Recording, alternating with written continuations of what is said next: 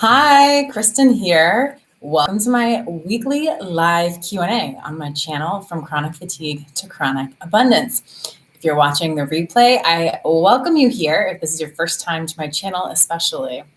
If you're not familiar with these, every Thursday at 1 p.m. Eastern, I go live to answer your questions about life with severe chronic fatigue.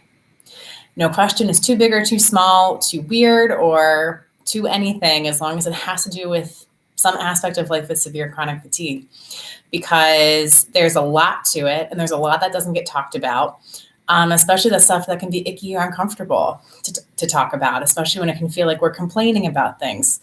It's all valid because life is made really, really hard by severe chronic fatigue.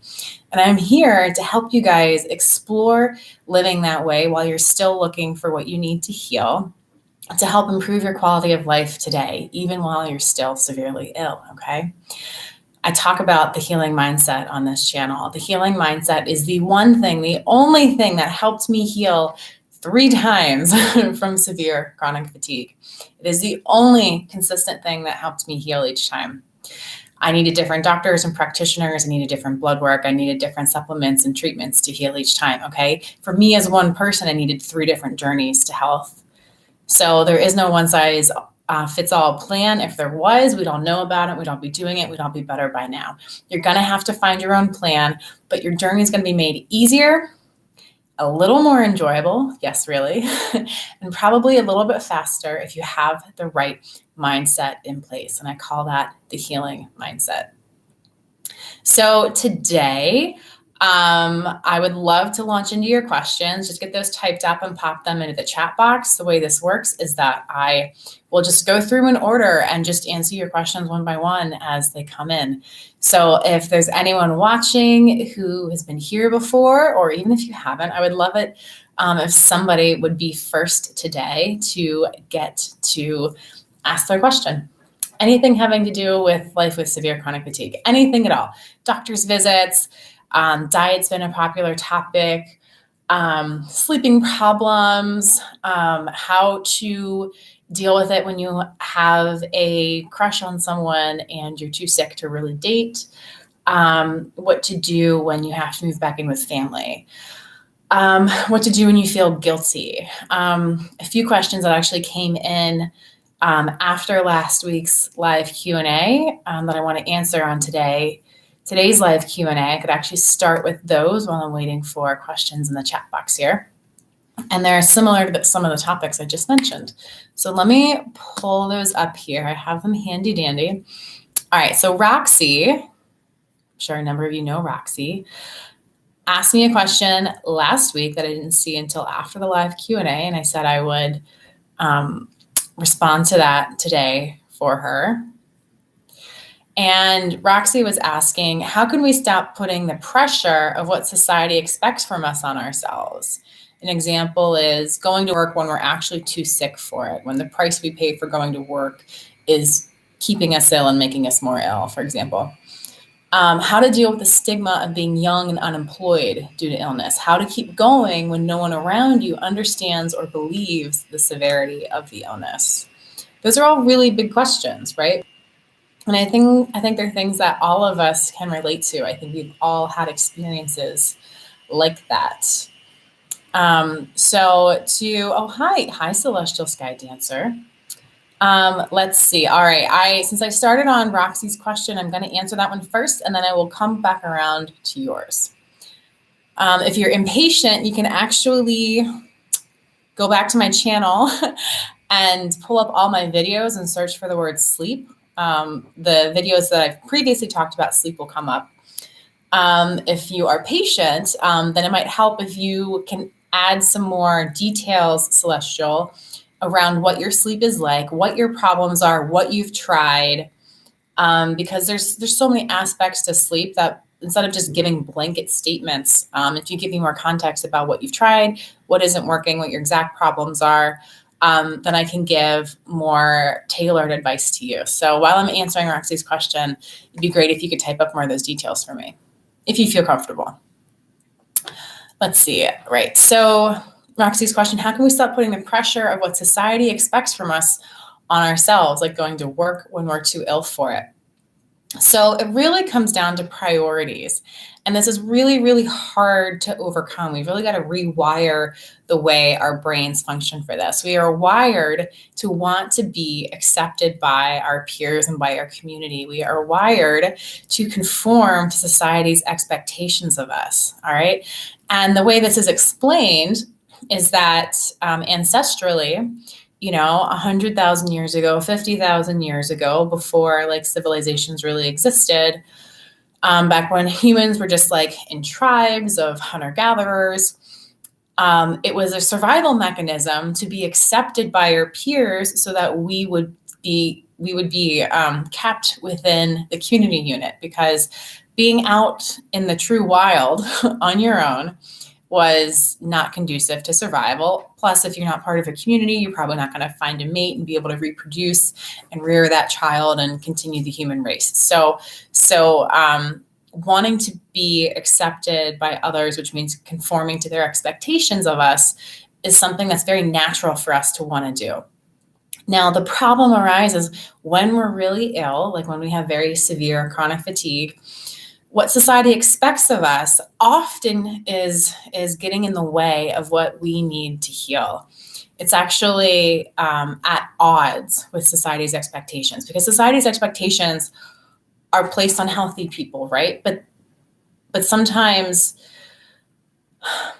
people continue to have those expectations of us even when we can't meet them, because they don't know what else to expect, and they don't know how else to envision a healthy, happy life for us. They also don't know how to be supportive of us when we're ill, so we can actually continue getting pressured by people who love us very much to continue conforming to those expectations that they used to have of us, even when those expectations are harmful to our well-being long-term and short-term, right? So we have to be willing to go against our natural instincts to seek acceptance. We have to be willing to say, yes, I know that's what you expect of me, and I know you're going to be unhappy and displeased and disapprove of me when I don't meet these expectations, but I know what's best for me. And what's best for me is not doing that thing. What's best for me is resting, finding other resources, and not working for a few months while I figure this out. Okay. And I completely understand that struggle, because I was there. I refused to give up work. My gosh, things were so bad for me when I was still working the first time I got really severely ill.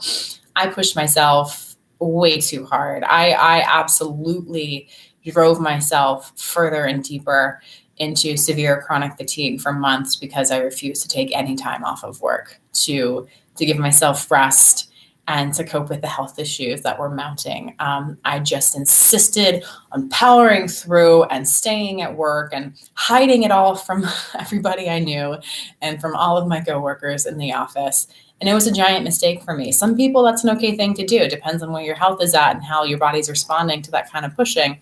My body was responding very poorly, and I continued to ignore the messages my body was sending me about that. So my body decided for me. One day, it was 10 a.m. I'd been in the office for 2 hours, and I could feel the exhaustion just overcoming my body in that massive way, in that massive crash way that happens, because I'd had a very hard morning, just even getting out of bed, getting dressed, and getting myself to work. The walk to work, just a few blocks, had been excruciatingly hard that day.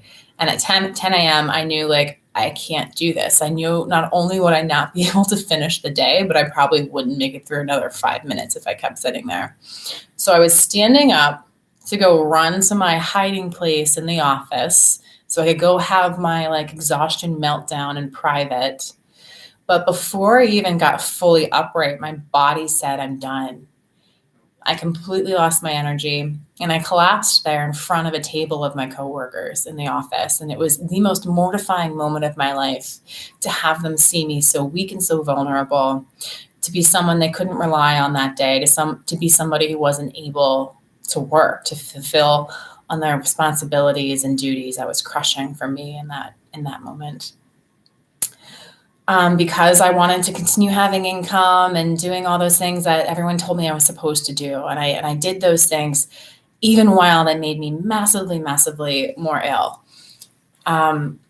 So I understand the difficulty of that. And many of us don't give up work and we don't give up society's expectations of us until our body's given out and our body said, I can't do this anymore. And the choice has been taken away from us. It's a very hard place to be. So, obviously I don't want you pushing yourself so hard that your body chooses for you. Obviously, I hope for your own health and well-being, short-term and long-term, that if you really need to stop working, that's a decision you make for yourself, and you find ways to support yourself through friends, through family, free places to stay, cheap places to stay, finding aid or dipping into savings or like whatever you need to do to make it happen, right? It's about priorities, and your health when you're that ill becomes top priority, way above what society expects of you. And we just have to really commit to ourselves that we're going to do what's best for us. And we're going to accept the fact that we're going to be disappointing to other people. We're going to accept the fact that people aren't going to understand our decision. They may not support it. They may get really angry with us. They may, who knows what they'll do, right? A lot of emotions can be had by other people when we make decisions like that. And we just have to choose to accept that, do the best we can to explain it, to talk to them, to save relationships. But we have to know that their response to our decision if it's to not work, says more about them than it does about us. It's not a reflection on did we make the right or wrong decision. It's not a reflection of our self-worth. It's nothing but their own stuff, okay? Their own the way that they're wrapped up in what they expect of other people and how they feel like they need those things from other people for themselves to be happy, instead of focusing on what you need to be healthy. So it's acceptance that we're going to disappoint people and they're not going to understand it, and choosing to just be okay with it and not let that stress us out. So I'd say that's one way to stop putting pressure on us, to prioritize our health and just be okay with the consequences, as hard as they may be. I would say that applies also to the stigma of being young and unemployed, society's expectations. We're going to prioritize our health over what anyone expects of us, regardless of our age. And then how to keep going when no one, Roxy, I'm referring back to Roxy's questions if there's anyone new on. How to keep going when no one around you understands or believes the severity of the illness. You keep going because you have so much, I don't want to say like confidence and faith in yourself. It's not about confidence and faith in yourself. It's because you just so solidly know what's going on, and you so solidly know what you need, that you have complete confidence in the decisions that you make for yourself.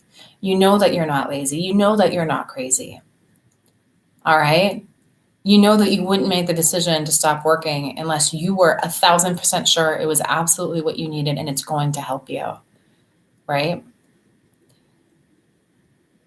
So how you keep going is you find support and self-worth and validation and confidence within your own self.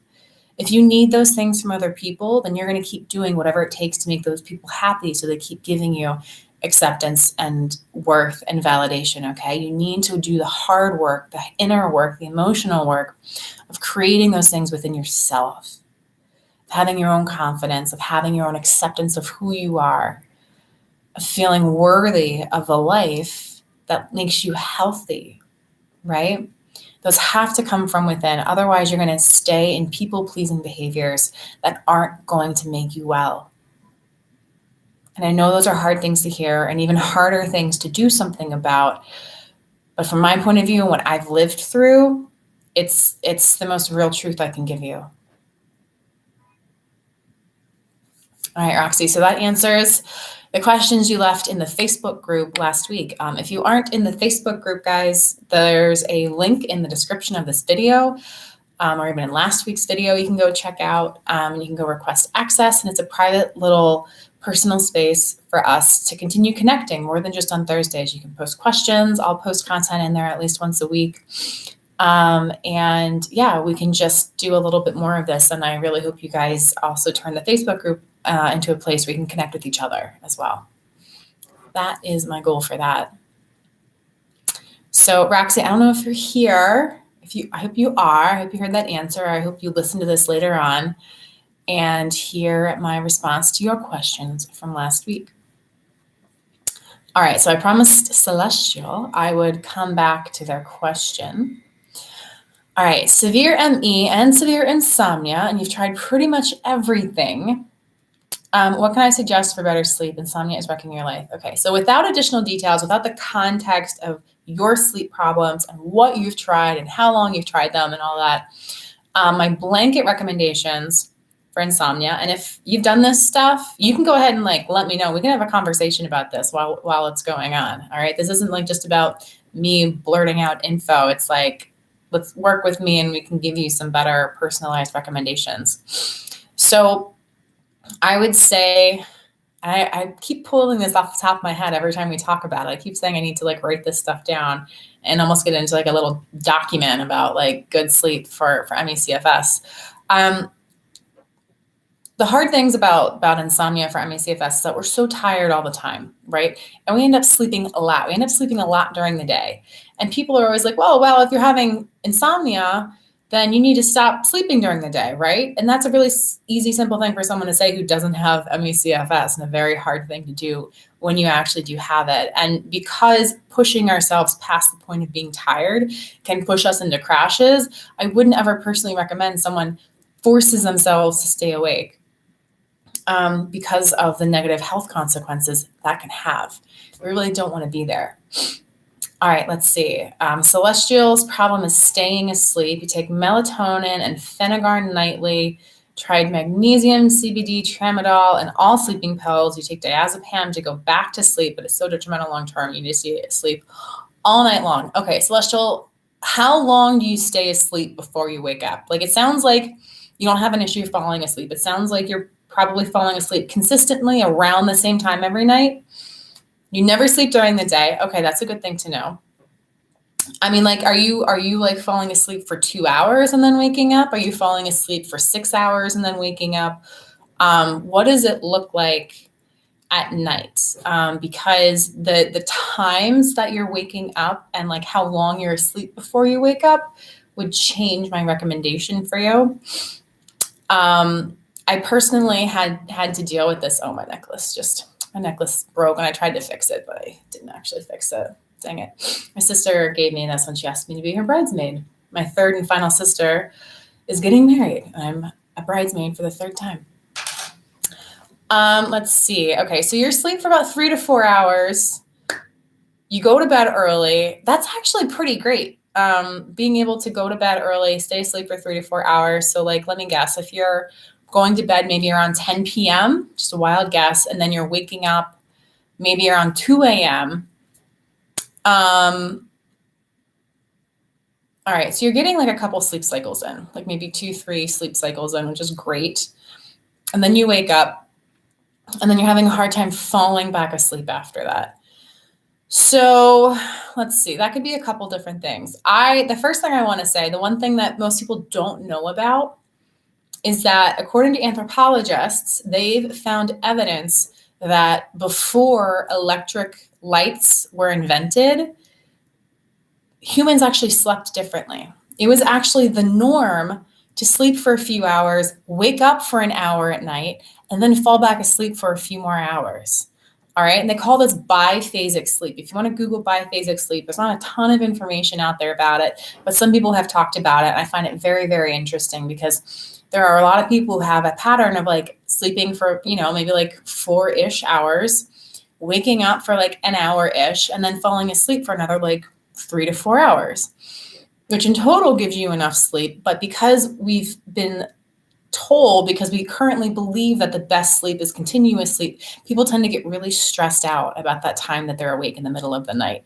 And according to anthropologists, it actually may not be something to get stressed out about. It actually may be a great sign that you are actually one of the few humans in modern life with electricity who is so fully rested that your body's reverting back to biphasic sleep. Okay, I'm not saying that's definitely what it is.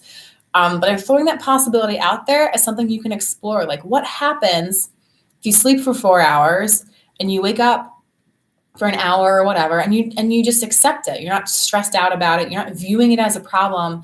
You're just wondering, okay, what is it like if I just allow myself to wake up and just be awake for a little bit? And then at some point I'll naturally just fall back asleep. What does it feel like in my life when I let that process happen? Okay. And you may feel great and you may feel terrible. I don't know. Also, during that hour that you're awake, you obviously need to be very careful about what you're doing. You don't want to go to the gym and work out because that'll be very stimulating and keep you awake the second half of the night. You want to do something very gentle and calming, like read a book you enjoy. Don't read an academic book or something you have to think really hard about. Read a book you enjoy. Definitely don't get on screens. The light from screens is going to be too intense for your eyes, and it's going to be very stimulating. You don't want to do that. Maybe do some journaling, okay? Maybe have candlelight to journal by. You want very, very soft, very dim, very reddish, orangish, reddish light to use in the middle of the night, because if you have any blue light, any white light at all in the middle of the night, it's going to be very stimulating, and it's going to wake your body up, essentially. And we want to avoid that. Yeah, definitely no gym. So like, I'm throwing that out there as something to try approaching this as is maybe not a problem, maybe a natural thing, and maybe a good sign that you are actually well rested. If you don't think that's the issue, then melatonin definitely helps, but you have to be using melatonin correctly. And I don't know how you're using melatonin. In my conversations with other people, gosh, and even my own boyfriend, most people tend to use melatonin incorrectly. They don't really understand how it works within the body. So they don't understand that it's not like a sleeping aid. It's not like you take it and that night everything's going to be better. It's actually a tool to help you reset your circadian rhythm over several weeks or maybe a month of use. All right. That's the time frame over which melatonin works. And you don't take it every night. You don't want to be taking this stuff every night. You want to be taking it 2 to 3 nights a week. Now, you also need to play around to find the right dose of melatonin for you. Some people only need half a gram of melatonin. Some people need like 10 grams of melatonin. And you have to give yourself time to explore those and see the effects it has on your sleep, isolating other factors and ensuring they aren't affecting your sleep that night when you're testing out different doses. If you're taking too much melatonin, it's going to harm your sleep, actually. Just like if you're taking too little melatonin, it's going to harm your sleep. I can't tell you where in that half gram to 10 gram range you are. It's all very personal. I personally tend to be on the lower end, like a gram and a half, maybe 2 grams every now and then. Is the most melatonin that's good for me. More than that, and it actually wakes me up more frequently. And I'm speaking from personal experience here. Over New Year's, I spent 2 nights in a row where I stayed up until like 3 or 4 a.m., completely unlike me. I'm usually in bed around like 10:30. And 2 nights of staying up like that and partying really threw my sleep off. And I thought that if I just gave myself some time, gave myself a month, that like my circadian rhythm would just right itself, fix itself. And that didn't happen. I actually needed to use melatonin to reset my circadian rhythm. And I'm still in that process, right? And I pretty quickly found that my dose is around like 1 to 2 grams a night, because anything more than that, I wake up extra. And I only take it about 3 nights a week. All right. And then the other nights I don't take it, but it's very, very important that while you're taking melatonin, and even the days you're not taking melatonin, that you're going to bed consistently around the same times. You can't be fluctuating hours. Also, the times you take melatonin, you want it to be very, very much the same time each night that you do take it. So for me, it's 9:30. I take my melatonin. That gets me ready to get into bed and start falling asleep around 10 p.m. But I have to hold that schedule the rest of the week. You can't be fluctuating when you take your melatonin or when you're going to sleep, because it's all about setting your circadian rhythm. Melatonin is not going to work unless you get your circadian rhythm on point, and that requires lifestyle factors. So you take 10 milligrams melatonin a few hours before bed, and you have done that for years. I'm not a doctor. I'm not telling you to stop doing anything. Personally, that alarms me that you've taken that much every single night for years. I would be concerned that that's causing some additional problems with your circadian rhythm. I would talk to a doctor about that, because that's a very large dose. And I have no idea if there are any repercussions to going off such a large dose of melatonin after years. I feel like you probably either want to see a doctor or ideally a sleep specialist about that to see what that could be doing to you, and then how to maybe cut back on that dose, because that's pretty intense. I haven't seen anyone anywhere recommend taking melatonin nightly for years at a time. It's just not supposed to be used that way. It's not supposed to work that way. So yeah, I think there's more here than I can continue commenting on, unfortunately. It sounds like sleep has been a big issue for a very long time, and you take it very, very seriously. So I would, if you haven't already, I would definitely seek out a sleep specialist for this, and not necessarily a sleep specialist like at a hospital. This is the kind of thing that could maybe get me in trouble for saying it, but I personally have not found a lot of help for any of my health issues throughout my life from conventional medicine. There are things they do well. They do, like when you have a cold, a bacterial cold, and you need antibiotics, they do that great. When I had a broken bone and needed surgery, I don't know if you can see my scars, they were great for that, right? They definitely helped with those things. But when I had any sort of chronic ongoing issue, they failed me many, many times, okay? And for something like sleep, I would actually kind of find a personal coach, not a life coach, but like someone who's like a sleep coach who specializes in natural sleep and circadian rhythm, and work with them on what to do from here, because you've gotten yourself in a pretty serious situation with so much melatonin for years, is what I would say.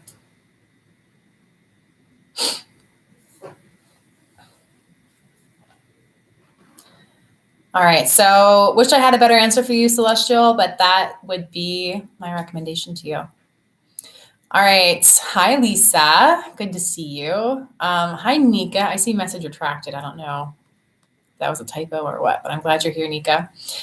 Lisa says she read a study that melatonin taken at night can reduce tachycardia on POTS. That's super interesting. I wonder why. Maybe better sleep leads to reduced tachycardia. Who knows? I'd have to see the article, and I'm sure more research would need to be done than just one study. But yeah, that's super interesting. Oh, you're welcome, Celestial. Appreciate that. Look at this cute little teacup. We've had this in our apartment since I moved in like 6 months ago or whatever it was. And I just found it the other day. It's so cute. Now I want to use it all the time. I have my teapot full of tea in my little teacup. I keep refilling. I can actually talk a little bit about the tea in here. So this is a blend that I really enjoy. It's locally made from all locally grown herbs and things. But inside this blend is Tulsi tea, also known as holy basil. And holy basil or Tulsi tea is amazing because it's an adaptogenic herb. If you've heard of ashwagandha, that's a very popular ashwagandha is a very popular adaptogenic herb. Tulsi is in that same family of adaptogens. Tulsi tends to be my preferred adaptogen. It works really well for me. I buy Tulsi tea in like 1 pound bulk bags to get it as cheaply as possible because I'm drinking it all of the time. But it's really great for helping to calm the sympathetic nervous system, get us into more rest and digest dominance. And it also just helps the body with like more optimal healing and just kind of feeling a little better, generally speaking, all the time. You have to take it consistently over time. Unlike melatonin, it's okay to be taking adaptogens like every day for years, as long as the quantities aren't too big. But yeah, so I got a little bit of Tulsi tea in my blend today. Cool.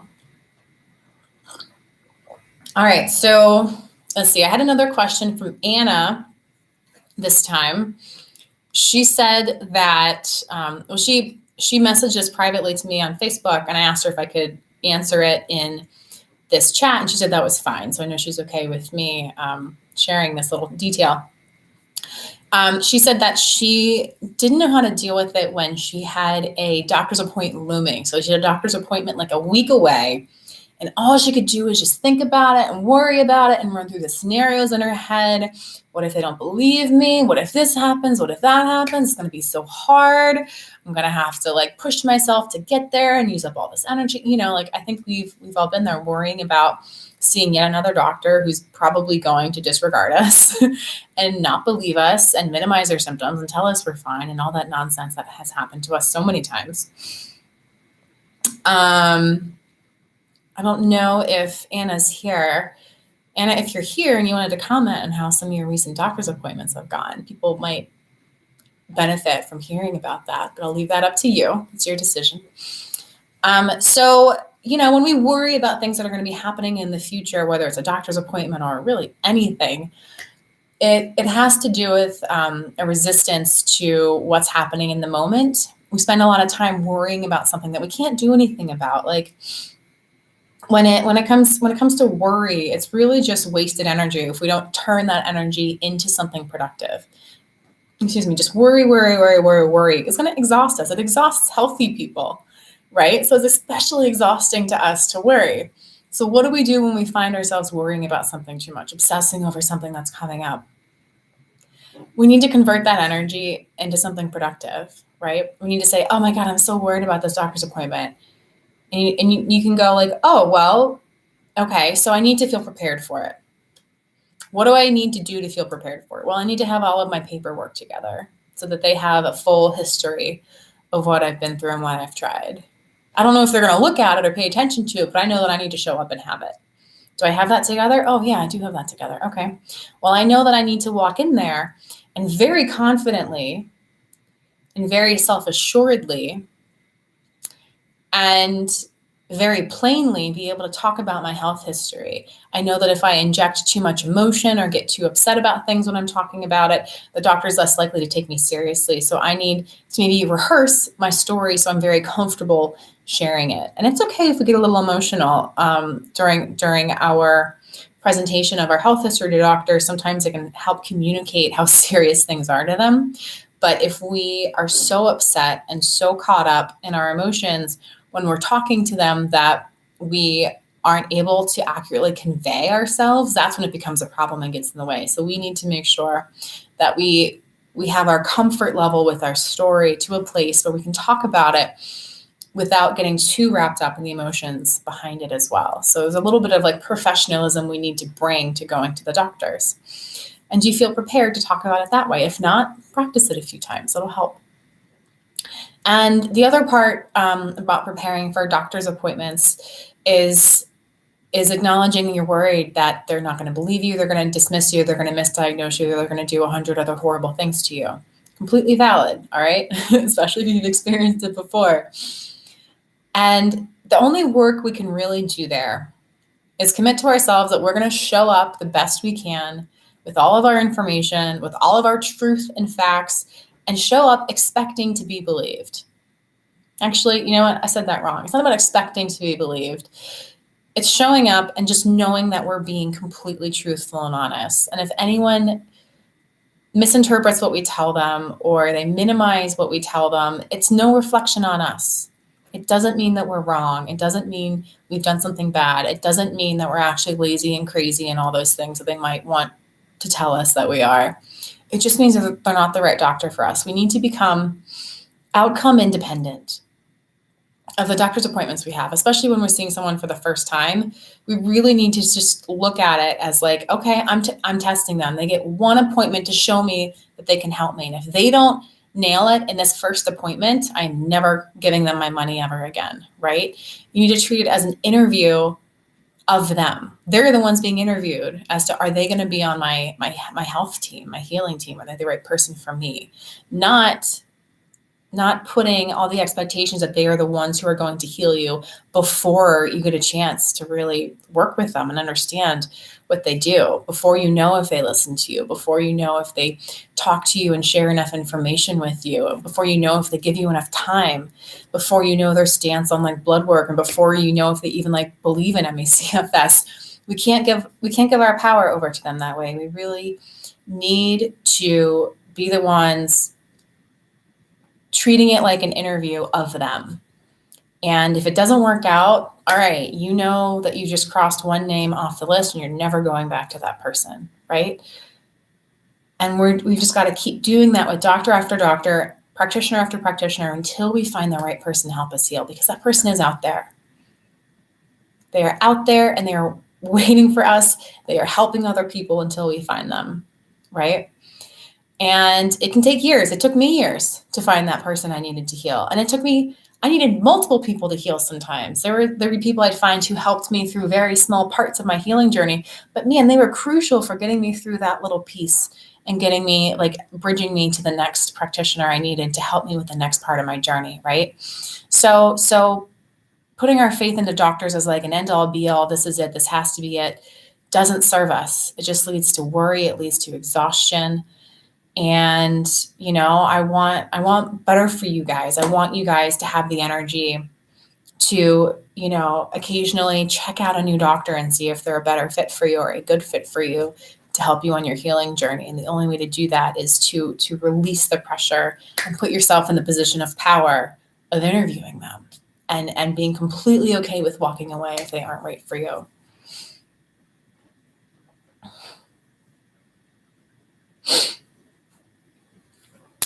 Lisa says, right, you can be diabetic even when your sugar is normal. And likewise, you can have CFS PATS even when things test normal. Yeah.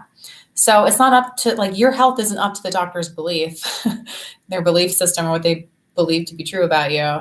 Your health is about what you're actually experiencing. And it is up to you to find the right team to help you heal. It's not up to the doctors to heal you. It is up to you to find the right people to heal you, period. I used to call that being CEO of your health, but people don't really connect to that. Yeah, because like the CEO doesn't do all the work in the company. They just hire the right team of people to do the work. And that's kind of how I see what I did to help heal and what the healing mindset kind of sets you up to do. And what I talk about doing is you don't have to do all the work of healing yourself, but you need to find the right team of people around you to help you get there, to help create those results. So awesome. What other questions are happening? It is, oh my gosh, the end of February. Spring is right around the corner. It's already kind of happening. We had no snowstorms this year on the East Coast. We had no snowstorms in Philadelphia, which is crazy. We always have like at least one. Like we have little dustings of snow, but here, like in the city where I live in downtown, the snow never stuck around. Like it always like melted on impact because it just never got cold enough for long enough. And there's never enough snow to actually cool things down enough for the snow to stick. So this has probably been my first snowless winter ever. I even lived in like the mid-South region. So like, hundreds of miles south of here for one winter. And we had more snow down there that winter than we did here in Philadelphia this year, which is just mind-boggling. But it does mean spring's right around the corner, which isn't a bad thing. Not a bad thing. Oh, Celestial Sky Dancer. If you're really a big sleep nerd, which it sounds like you might be, I can recommend for you, I don't know what kind of budget you have for things like this, but I find this thing so valuable and so interesting to learn about my sleep. It's called the Oura Ring, O-U-R-A. And you can see that this ring has little sensors inside of it. It actually has a bunch of sensors. It has a body temperature sensor. It has like motion sensors. It has, it's always checking your heart rate. It calculates your HRV. If you're a big sleep nerd, you might know about HRV. Your HRV is a great sign of how stressed or how recovered you are. It's very much related to how well you're sleeping or not sleeping. And it gives me, actually I can show you right here on my phone here for a change. The Oura Ring is great. I actually got bad sleep last night. It's great because it shows you, oh, it's just very reflective. I just put a new glass like protector on my phone, so it's so reflective that maybe this isn't going to work. I don't know. Yeah, I don't think this is going to work. But basically, it gives me all of the time I'm in each of the different sleep states. So it gives me the total time I'm in deep sleep, total time I'm in light sleep, total time I'm in REM sleep, and then times that I'm awake during the night. And it does a lot of calculations on what those mean and provides some recommendations on how to be getting better sleep and what better sleep looks like. So if you have the budget, these are $300 and the app is free. There's no like ongoing subscription payment or anything like that. It has been really, really interesting to get this data because when I wake up in the middle of the night, I don't always go look at a clock to know what time it is. Or when I'm like half awake, I'm not going to like go wake myself up more to go look at a clock.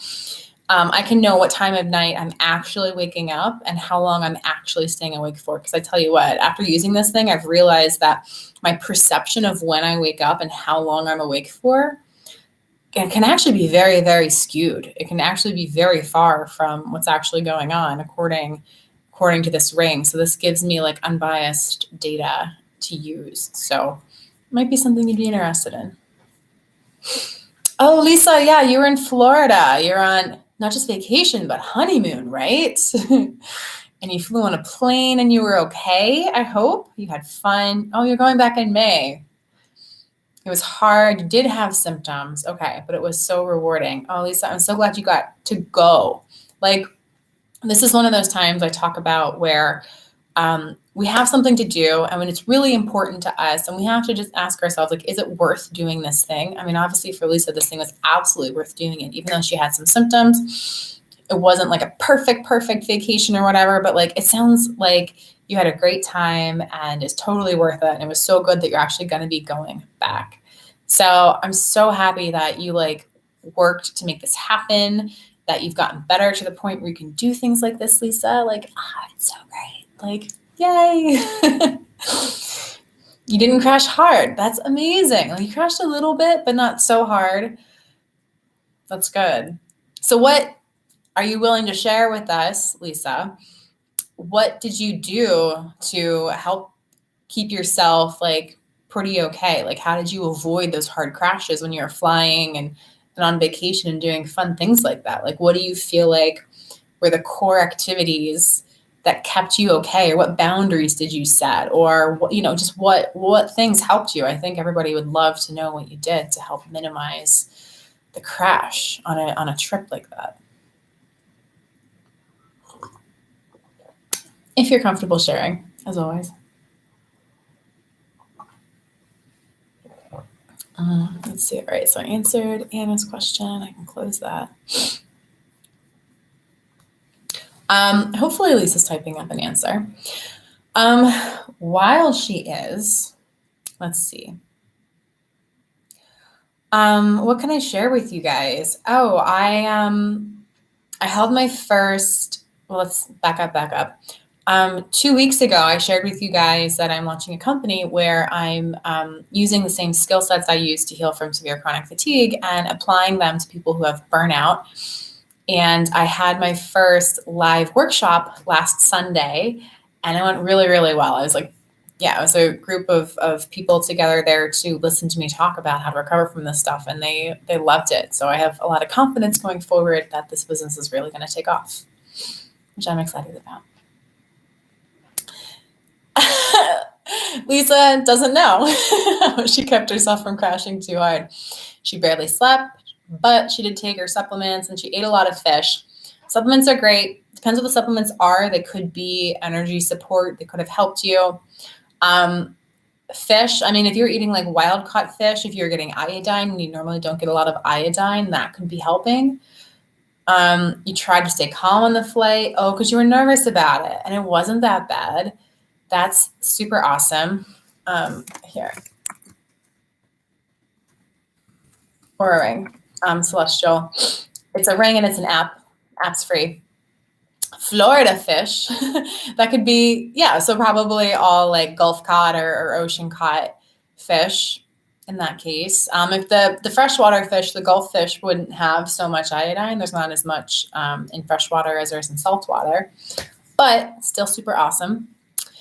And that's so funny. You don't even know how you stayed better. Sometimes, I know I've experienced it. Sometimes when you're just doing something you want to be doing and you've been preparing yourself for it a long time, somehow we find these extra reserves within us to get through something that's really, really important to us. And it's not something, we can't access those deep reserves unless it's something that is actually truly deeply meaningful to us, which of course, like your honeymoon with your new man, Lisa, of course, that's deeply, deeply impactful. So, you know, I don't know if it was because you found deeper reserves or because you did all the right things or just because you just got a lucky break and you had a really, really great vacation by doing like the basics of like stressing less and doing your supplements and all that, like whatever it was, I'm really, really happy for you. It's the same as, or I think it's just the Aura Ring app, Celestial. I don't think it has a special name. The app doesn't do anything without the ring data. You need the ring data to make the app work. There's nothing it can do without the data. So if you just Google Aura Ring, their website will come up and you can check it out. Oh. All right. What other questions do we have today?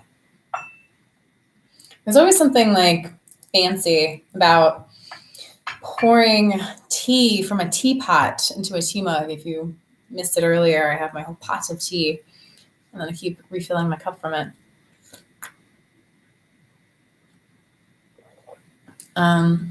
Yeah, that's awesome. Let me look at the, it's just called the Aura app, Oura app. That's it. So, all right.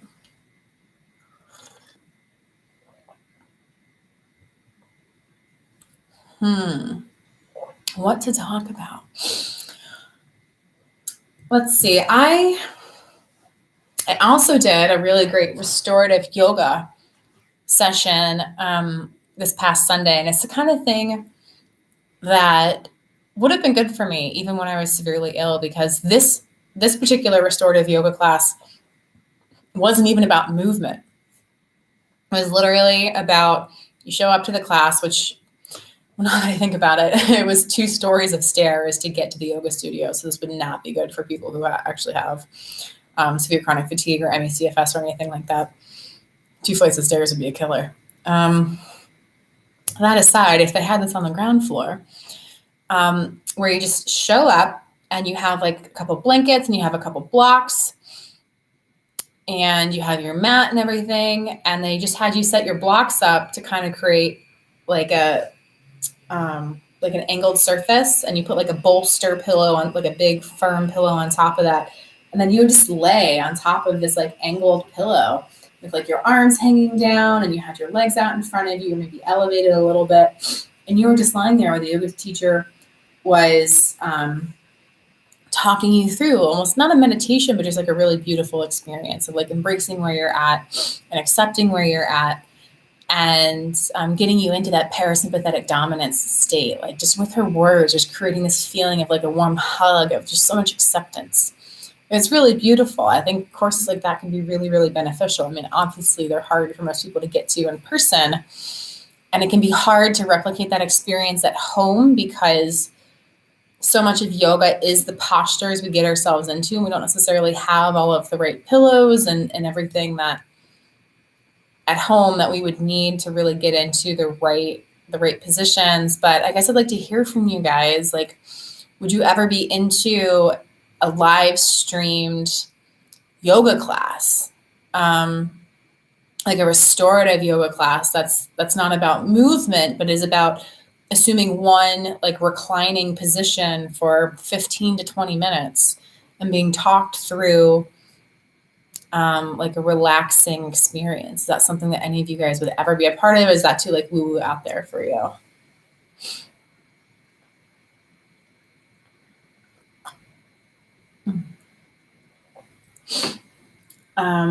Let's see.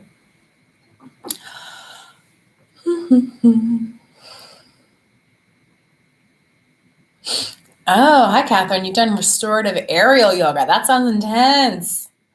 You just did one on Saturday. They only have it once a month. So I'm familiar with what aerial is. Aerial yoga is. It's when you use the long silks hanging from the ceiling, right? And then you can like wrap the silks around like your legs or your arms or your waist or something in different ways to prevent you from falling, but they'll support you hanging in the air, right? Let's see, you felt so amazing. You felt refreshed afterwards. So how intense is it? Like how much of your energy or strength did you need to actually do like a restorative aerial yoga thing? Because this is like a new concept for me. I'm really interested in this. I feel like I'm going to have to like probably look up some YouTube videos on this because it just sounds like I've done a little bit of aerial stuff like years and years ago, and it was hard. Like it was pretty hard. So I can't imagine like how you do that in a restorative way. Did you find it took energy and effort, Catherine, or was it just so chill that you didn't have to? Oh, the silks are lower. It didn't take much energy at all. That's pretty cool. That could be great because then you can also like go upside down. You can get spinal decompression. You can help get blood flowing a little bit differently in the body. You can prioritize blood flow to the brain. You can help stretch out ligaments and things, like especially when we're not as active, it can be great to like help stretch out our joints in ways that are very easy, and using gravity to do that can be a great way to do it. That's so cool. I'm going to have to look into that. Restorative aerial. That's interesting. All right. So it doesn't seem like there's a ton of questions today. That's totally okay. We're going to do this again next week. However, next week I have a business lunch and I'm going to have to bump it to 2 p.m. Eastern. So we're still doing it next week. We're just doing it 1 hour later. Okay. If you want a reminder, you can go to my YouTube channel, go to my main page. The scheduled upcoming March videos, live streams are all scheduled there already. You can find the one for March 5th at 2 p.m. And there's a button underneath it that says set reminder. And you can have YouTube remind you of when that video is coming up so you don't miss it. Also, reminder, if you aren't in the Facebook group, it's a place where we can get together and you can ask questions and talk to each other throughout the week. So we're doing this more often than just Thursdays. I post in there about once a week, sometimes twice a week with my own content, but I really intended it for a place for you guys to post additional questions and to have more conversations with each other. So if that interests you, I invite you to join. You'll find a link to that Facebook group in the description of this video once it's over. And I do approve all requests for people to get in to make sure we don't get anybody in who isn't there for the right reasons. So we don't get any spammers or trolls, to keep it safer for all of us. And that's also why I also just approve all post requests. I haven't denied any post requests yet. There's only been a few, but don't let that deter you from asking questions there during the week. Catherine has the silks at home. It's definitely not the same as going to a class. Yeah, it's more calming and relaxing not to have to think about what you're doing. I know, and when you have a really great yoga instructor, they create just such a beautiful vibe in there. Like they just really create an atmosphere of relaxation and restoration when you find a really, really great teacher. And if you have someone like that, oh my gosh, they're worth their weight in gold. So happy to hear you found that and that it's working for you. All right. I'll see you guys next week. I'm stoked about it. Until then, I hope you have a good week. I hope you guys all prioritize your health over societal expectations and that you find a little bit more of what you need to heal in your everyday life, okay? All right. Take care, guys. Bye.